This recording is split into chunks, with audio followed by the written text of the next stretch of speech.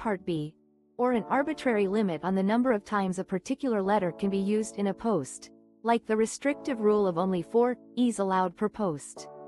In some instances, posts are swiftly removed without any explanation being provided to the user, rendering the platform nearly unusable.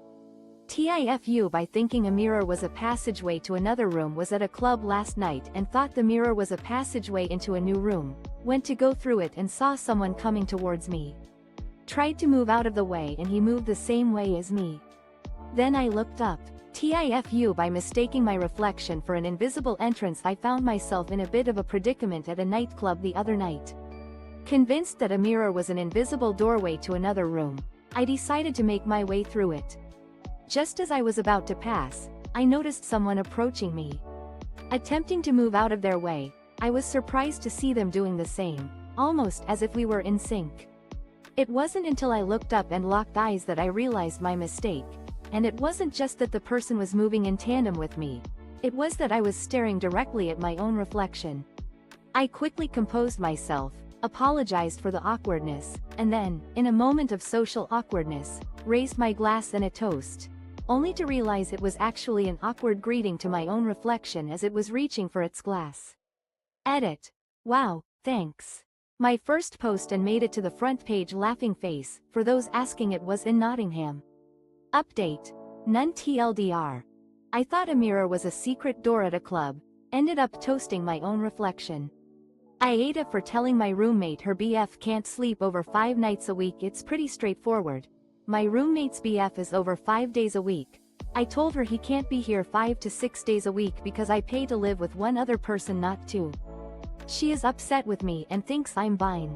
Am I the asshole for limiting my roommate's boyfriend's overnight stays? Our living arrangement is relatively simple. I pay to live with one roommate, not 2. When her boyfriend comes over more than 5 days a week, I feel it's reasonable to set some boundaries. I explained the situation to her, stating that I'd prefer it if her boyfriend limited his overnight stays to 5 days a week or less, so the living space remains primarily for the 2 of us. She's taken issue with my request, arguing that I'm being unfair since my own boyfriend comes over on weekends. However, I only see my boyfriend 1 to 2 nights a week, mainly on the weekends when I have a break from work. I believe it's reasonable to expect her boyfriend to respect our living space and not fully relocate here without contributing to our expenses. Lost my virginity. I'm so incredibly happy. It was an incredible experience. I felt so comfortable and giddy. It was with a friend and things still felt good and normal after we got lunch and went to a bookstore. Overall, it was an extremely positive experience and I couldn't. A turning point in my life. I'm feeling elated and content after this life-changing event. The experience was truly unforgettable, and I felt at ease and carefree throughout. Sharing this moment with someone I care about made it all the more special. Afterward, we continued with our daily routine, going for lunch and browsing through a bookstore, which added to the normalcy and comfort of the situation. This experience has left a lasting positive impression on me, and I feel fortunate to have had it. I know many people don't have the same fortunate experience, so I want to emphasize that sex can be a loving and intimate experience, free from discomfort and stress. I'm grateful for this newfound understanding, and I'm thrilled to have had such a wonderful introduction to this aspect of life. Edit. This story is a personal reflection of the writer's experience, and it's not intended to be a universal representation of everyone's experiences with sex. Update. The writer's perspective is unique and might not be the same for everyone, but it's an inspiring and positive take on losing one's virginity. TLDR. The writer shares their positive experience losing their virginity and wants to emphasize that sex can be a loving and intimate experience. Kids at Adults Only Resort. Wife and I are on honeymoon at an Adults Only, all-inclusive in Mexico. There was a large wedding here where all ages were invited. Fine for a day, but it seems as part of the wedding deal all of the guests including their children are able to stay. Yes.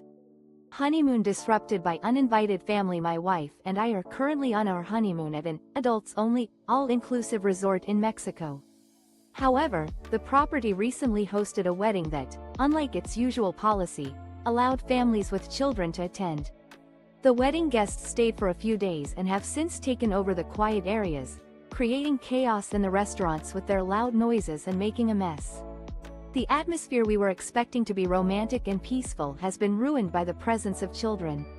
I'm wondering if we have any straightforward options to address what appears to be false advertising.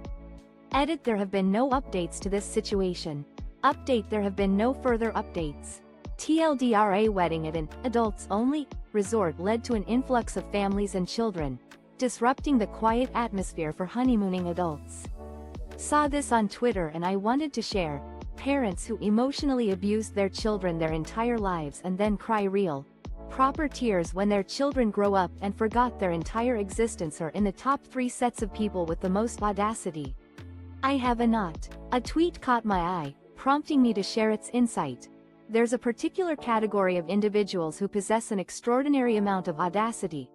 Parents who emotionally manipulated their children throughout their lives, only to break down in tears when those children grow up and seem to have forgotten their very existence.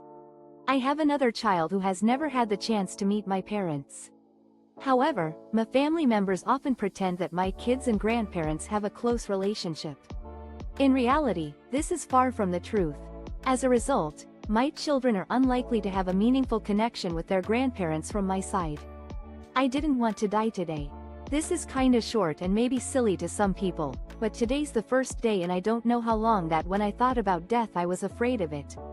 I wanted to keep living out my life and be happy. I'm making progress. Update: holy s. Today was supposed to be more than just another day. For the first time in an uncertain amount, when mortality crept into my thoughts, I found myself seized by a deep-seated dread. I yearned for more time to live, to experience the world, and to discover the happiness that life had to offer. I'm making strides, taking tentative steps towards healing. Update: holy shit. I didn't anticipate this post receiving such an overwhelming response. Thank you. As a young person still navigating the ups and downs of life, to hear that so many people are proud of me for sharing this, truly touched my heart. Thank you. Happy crying face. I made my wife cry at the pizza parlor. My wife is a heck of a strong lady. She doesn't break down. We were having a date night at our favorite pizza place and we were talking about how things had been going. She's been making a ton of progress since we got together years ago in a tender moment at the pizza parlor. My wife is an incredibly resilient woman. She's not one to easily crumble under pressure. Our date night at our go-to pizza joint was an opportunity for us to reflect on our journey together. She's made significant strides since we met, and I couldn't help but express my admiration for the person she's become. My simple yet heartfelt declaration of pride had an unexpected outcome. It moved her to tears. It wasn't until